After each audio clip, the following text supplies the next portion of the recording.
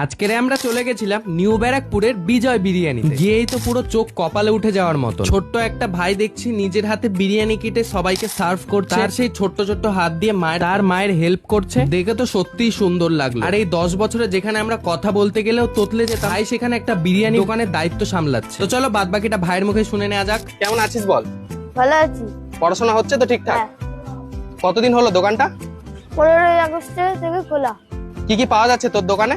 মোমো, বিরিয়ানি। মানে চাইনিজ আর কিছু আছে না? মোমো বিরিয়ানি শুধু? চাইনিজ এখন হচ্ছে না। কিছুদিনের জন্য বন্ধ রেখেছিস তাই তো? তো একটু তোর বিরিয়ানিটা দেখা। এই হচ্ছে বিরিয়ানি, দেখতে পাচ্ছ? এই হচ্ছে ভাইয়ের বিরিয়ানি। দাম কত রেখেছিস বিরিয়ানি?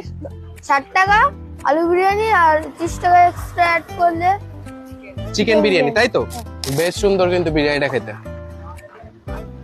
দাম হিসাবে কিন্তু খাবারের কোয়ালিটি যথেষ্ট ভালো লাগলো আমার। চালটাও দেখতে পাচ্ছ